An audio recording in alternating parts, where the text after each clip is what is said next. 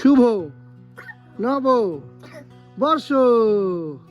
বন্ধুরা সকাল সকাল দেখো মিতাংশ এদিকে মাটিতে খেলছে। আমি ওকে কতবার না করলাম। এখন ঘড়িতে বাজে প্রায় 9:30, আর 9টার মধ্যেই ও মাটিতে খেলা শুরু করেছে। তার মানে কি এইভাবেই 12টা পর্যন্ত চলবে, তারপরে স্নান করাবে, তারপরে ঘুম যাবে। তো আজকে নববর্ষ মানে পয়লা বৈশাখ। তো আজকে নতুন জামা কাপড় যতটুকুই এনেছি ওদেরকে পরাবো। খাওয়া দাওয়াও বাঙালিদের মতে খাওয়া দাওয়াও নাকি করতে হয়। কি কি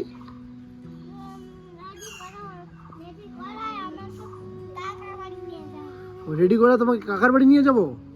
ঠিক আছে ঠিক আছে, আজকে হবে না বাবা, কালকে নিয়ে যাব। হ্যাঁ, আজকে পয়লা বৈশাখ না, কালকে তোমাকে নিয়ে যাব কাকার বাড়িতে। কাকার বাড়ি অর্থাৎ হচ্ছে আমার মামির বাড়িতে। ওকে নিয়ে যাব বলেছিলাম আগেই। বাড়িতে খেলছো, আমি তোমাকে নিয়ে যাব না। তো যাওয়ার কথা ছিল, তো দুদিন সংক্রান্তি, তারপরে হচ্ছে আজকে পয়লা বৈশাখ। আজকে আর যাবো না, গেলে হয়তো কালকে যাব। কি বলেন আপনি? ওই যে মনে রাখবেন না।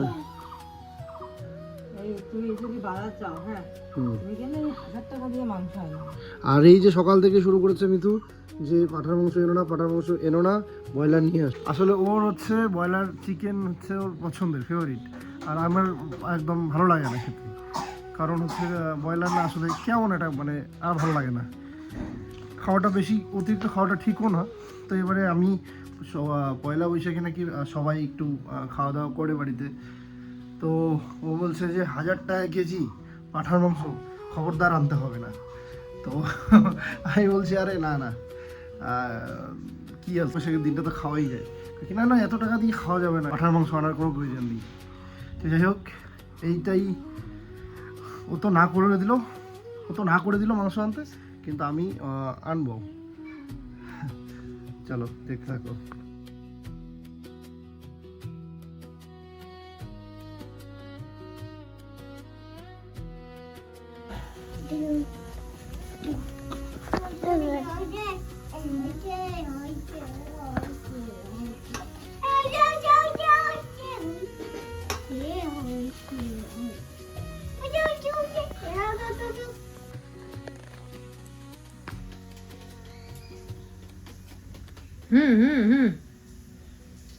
ওয়াও, সবজি কাটা শিখতে হবে।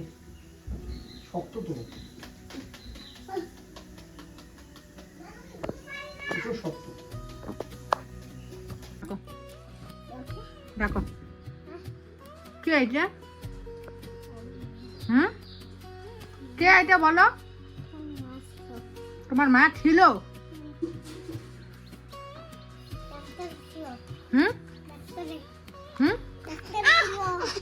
ডাক্তার হয়েছিল? ডাক দাও তোমার মাকে। খায় না তো, মাকে খায় না। তোমার মা কি পড়ছে? তোমার মা কি পড়ছে?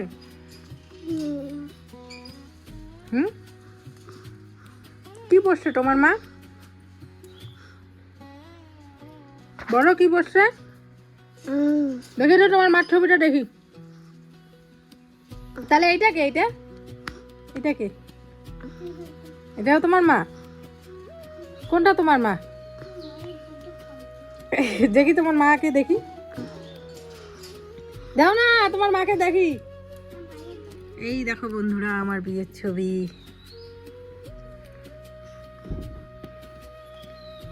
আমি কত মোটা ছিলাম আগে, অনেক মোটা ছিলাম। এদিকে সকাল সকাল চলে আসে আমাদের গ্রামে সিআরপিএফ সেন্ট্রাল ফোর্স। কারণ আমাদের গ্রামে যতগুলো আর কি বয়স্ক লোক আছে তারা তো গিয়ে ভোট দিতে পারবে না, ওই তাদেরকে আর কি ভোট নেওয়া হচ্ছে। এখানে অনেকেই আছে আমাদের গ্রামে যাদের বয়স 100-র ওপরে, বা কেউ চলতে পারে না, কারো কোমর ভাঙা, কারো হাঁটু ভাঙা। তো তাদের এই ভোটগুলো এইভাবে নেওয়া হয়। প্রতিবারই দেখি এইভাবে ভোটগুলো নেওয়া হয়। তো ভালোই হয়েছে, এদের জন্য অনেক সুবিধা, কারণ এরা তো যাতায়াতে খুব সমস্যা হয়। আবার কি হয় বলো তো, যারা গর্ভবতী আছে তাদেরকেও না টোটো করে দেওয়া হয়। তো খুব ভালো লাগে। আর আমি তো বাচ্চা নিয়ে যাই, আমাকে সবার আগে আর কি ঢুকিয়ে দেওয়া হয় যে যাও তুমি গিয়ে আগে গিয়ে ভোটটা দিয়ে আসো। তো পুলিশ এসেছে দেখলে আমাদের গ্রামে অন্যরকম একটা ফিলিংস। তো সবাই গিয়ে দেখছিল আর কি, যদিও বা ওখানে তো ভোটের ওখানে তো যাওয়া যেতে দেয় না। তো এদিকে তোমাদের দাদাভাই দেখো নিয়ে আসছে খাসির, যদিও আমি পাঠা বা খাসি এগুলো আনতে বারণ করেছি, কারণ এত দাম দিয়ে মাংস সত্যি কথা বলতে খেতে আমার কীরকম জানি লাগছিল। ও যেটা বলে যে আমার নাকি ভালো লাগে না বা আমি মুরগির মাংস পছন্দ করি, তা না, আমার কাছে হচ্ছে এত টাকা দিয়ে খাবো সেটাই আর কি খারাপ লাগে। আমার মনে হয় 1000 টাকা দিয়ে অন্য কিছু হয়ে যাবে আমার। তো সেই জন্যই আর কি ওকে আর কি আনতে না বলছিলাম। তো যদিও বা ওর মন চেয়েছে আর পাড়ার সবাই খাচ্ছে, তো সেটা আনবেই আর কি, তাই না? তো এই আর কি। আর একটা কথা তোমাদের সাথে সবাইকে বলি যে অনেকেই আমাকে কমেন্টের মাধ্যমে বা অনেকভাবেই বলো যে তানিশ কি করে কি করে। তো একটা কথাই বলি, ও এখন শুধুমাত্র আমাদের ইউটিউবের ভরসা না, ও আরেকটা ব্যবসা করে, বিজনেস করে, যেটা দিয়ে ঠাকুরের কৃপায় তোমাদের আশীর্বাদে বেশ ভালোই চলছে। আর এই বাড়ি ঘরের কাজ বাজও কিন্তু হচ্ছে। তো সেই জন্য বলছি, আর এইভাবে বলো না। আবার অনেকে বলবে যে এটা তো ঘরের টাকা পেয়েছো। আবারও বলছি, আমাদের কত টাকা কিভাবে শেষ হচ্ছে না হচ্ছে সমস্ত হিসাব লাস্টে দেব, তারপরেই তোমরা বলো যে কত টাকা কিসে হয়েছে, শেষ হয়েছে। তো যাই হোক, এত কিছু বলতেও যাই না, সাফাইও দিতে যাই না। কিছু কিছু মানুষ আছে সমস্ত ক্ষেত্রেই দোষ আমাদেরই দেখবে। তো যারা যা ভাবার ভাবতে থাক, কারণ সত্যি কথা বলতে আমার মুখটা এতটা ইনোসেন্ট না। কেন যে না, আমি সবসময় ভগবানকে দোষী যে আমাকে এতটা ইনোসেন্ট বানাতে, যাতে আমাকে দেখলে পরে মানুষ বলতো কি বেচারি। তোমার নাম মিথিলা? কি বাবা, কি কি বাবা, কি কোলে কোলে কোলে উঠবা?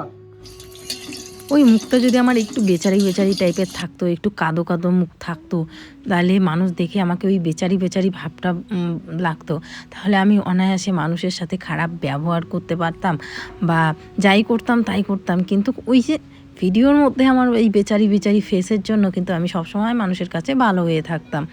তো মানুষ আমাকে সবসময় বলতো না, ও খুব বেচারি, খুব সরল সাদা, খুব সরল সাদা, খুব সরল সাদা মানুষ। কিন্তু সেটা না, আমি যেটা সেটাই কথাই আমার মুখ দিয়েও বের হয়। আসলে আমি না হক কথা ঠক ঠক করতে বলতে ভালোবাসি। এই যে আবার আমাকে অনেকে কমেন্ট করে পিন মারে, তোমার মা নেই, তোমার বাবা নেই। আরে বাবা, আমার মা নেই বাবা নেই তাই বলে কি আমি কুকুর শিয়ালের মতো মানুষ হয়েছি? আমি যা যত্নে, আমি যা ভালোভাবে মানুষ হয়েছি না, সত্যি কথা বলতে, আর 5টা মানুষকেও তো দেখি এরকমভাবে কিন্তু মানুষ হয়নি। আমার মামারা চাকরি করতো, এখন বলবে তোমার মামারা চাকরি করতো, এটা শেয়ার করো, হ্যান করো। হ্যাঁ ভাই, যেটা করতো সেটা আবার শেয়ার করতে কী আছে? এটা তো চুরি ডাকাতি করতো না, করতো। 3 মামা চাকরি করতো, বড় মামি চাকরি করতো, আমার দাদু বেশ ভালো কাজ করতো। তো আমার কোনো দিনও খাওয়া পরা জামা কাপড় কোনো কিছুর কোনো দিনও, যখন যেটা ইচ্ছে হতো, যখন যেটা মন চাইতো সেটাই করতাম, সেটাই কিনতাম। মানে কি বলবো, খুবই ভালোভাবে আমি বড় হয়েছি। ওই যে বাবা নেই মা নেই যে একটা তোমরা বলো না, আমি কিন্তু কোনো কষ্টে মানুষ হইনি। সারা জীবন ভালো জায়গায় পড়াশোনা করেছি, টিউশন পড়েছি, অভাবের মধ্যে আমি মানুষ হইনি, বুঝতেই পারছো।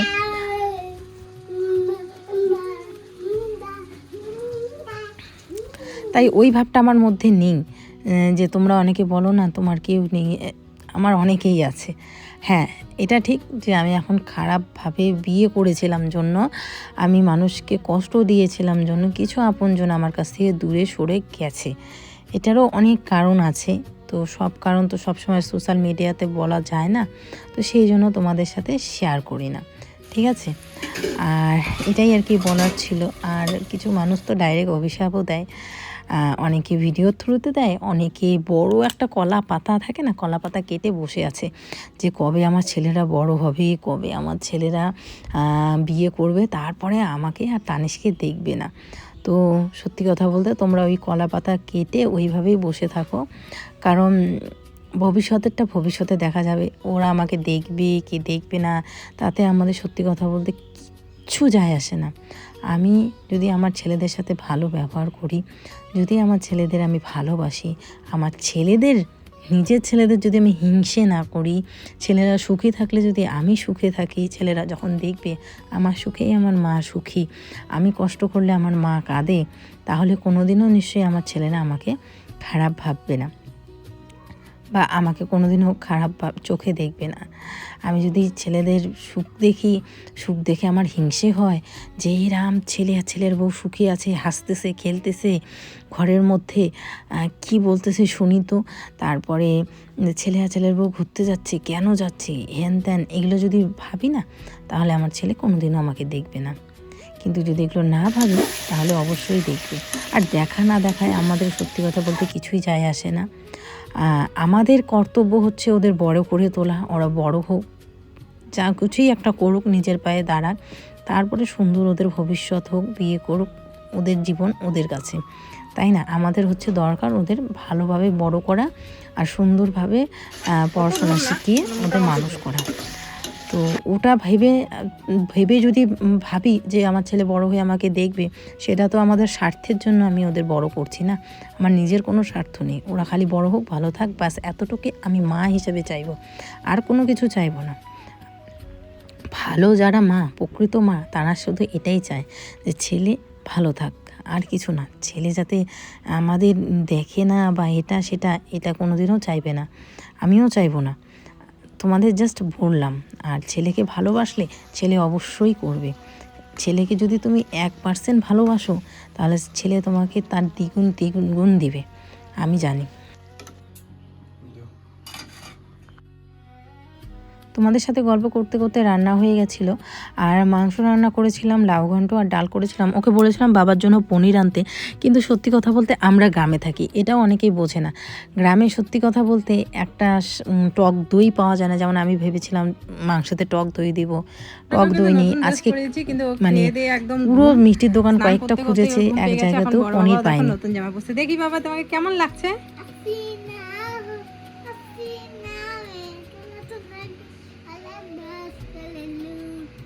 বাবা, এখন কি দিয়ে ভাত খাবা তুমি? আমার দুষ্টু ছেলে এটা, ওর নিচে নামবে। ঘুম থেকে ওঠা শেষ, এখন ও নিচে নামবে। এরও ওঠা শেষ ঘুম থেকে।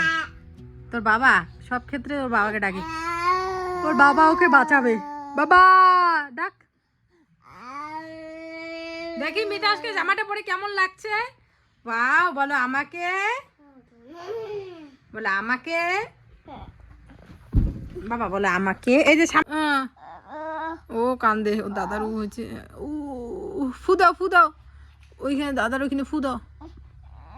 হ্যাঁ হ্যাঁ, এখানে হয়েছে। নিজে নিজে মলম আনে নিজে নিজে লাগায়।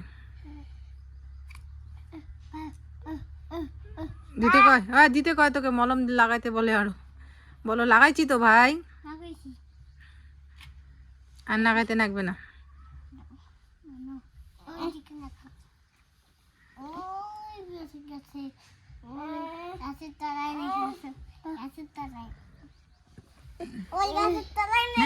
ভাইকেও লাগাই দে।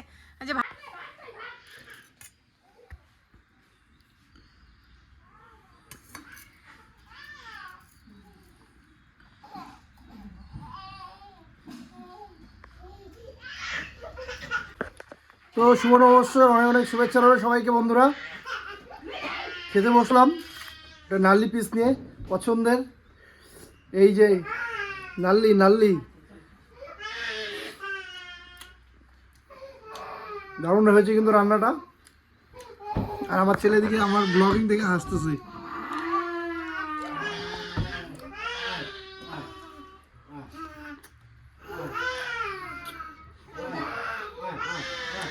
নাল্লি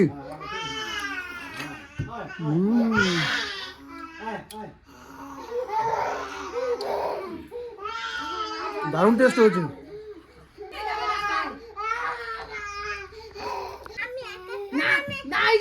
একা একা যে ঝুমুর কি বলছে, ঝুমুর কি মা খাওয়া দেয় না, সেই জন্য সেই শক্তি না হা করে।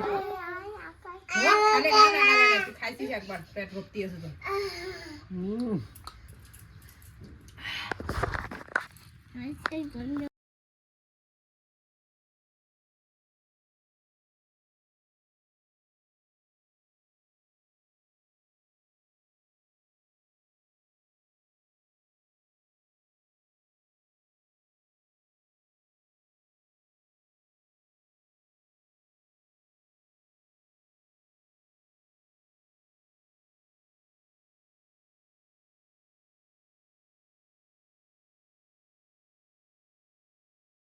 একটা জিনিস দেখো বন্ধুরা, আমি সবসময় আমার বাড়িতে তেল নিয়ে যেটা সমস্যা হয়, তেল আর মশলা, তোমরা দেখো যে আলু ভাজাটার মধ্যে কি পরিমাণে তেল দেওয়া আছে।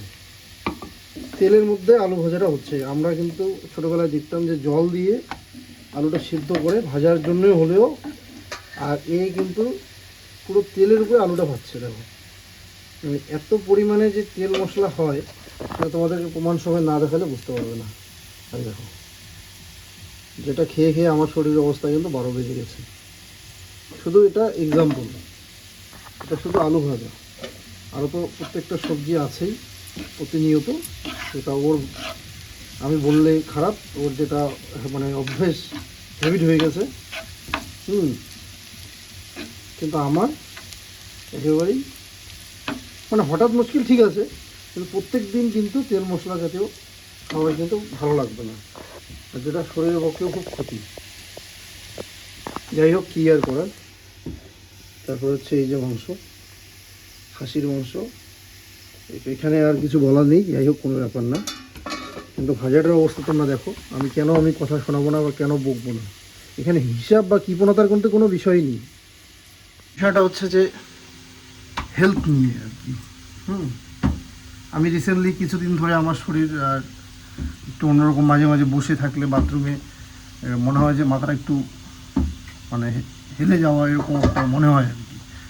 তো আমি কিন্তু ভাবছি যে 3-4 দিন কন্টিনিউয়াসলি প্রেশারটা মাপবো।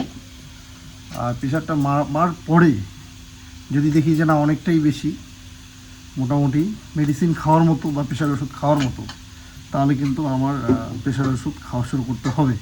তার কারণ আমি অনেক পরামর্শ নিলাম, অনেকজনের কাছে শুনলাম যে এইটাকে যদি অবহেলা করা যায়, প্রেশারটাকে, তাহলে হচ্ছে এটার মানে রূপটা ভয়ঙ্কর।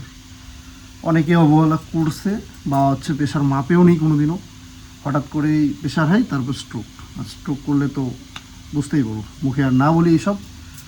তো যেটা বললো যে এরকম যদি মনে হয় শরীর তোর, তুই নিজে বুঝবি, তখন তুই প্রেশারটা মাপবি কন্টিনিউয়াসলি। মোটামুটি 3-4 দিন মাপার পর যদি দেখি যে হ্যাঁ মোটামুটি প্রেশার হাই, তাহলে কিন্তু ওষুধ খাওয়া, প্রেশারের ওষুধ খাওয়া শুরু করতে হবে। আর একবার শুরু করলে কিন্তু সেটা খেতেই থাকতে হবে। আমি যার জন্য কিন্তু মাপছি না, কিন্তু ওরা যেটা বললো যে এটা কিন্তু হেয়ালি করাটাও ঠিক না। কারণ আমার অনেক পরিচিত দাদা বন্ধু যারা আছে আমার, তারা কিন্তু অনেকেই প্রেশার ওষুধ খায়। কেন খায়? যে হচ্ছে হঠাৎ করে না প্রেশার হাই হয়ে এটা কিছু হয়ে যাক, আর ওষুধটা খেলে নাকি একটা মোটামুটি সেফ যে একটা ব্যাপার, সেটা মোটামুটি থাকে।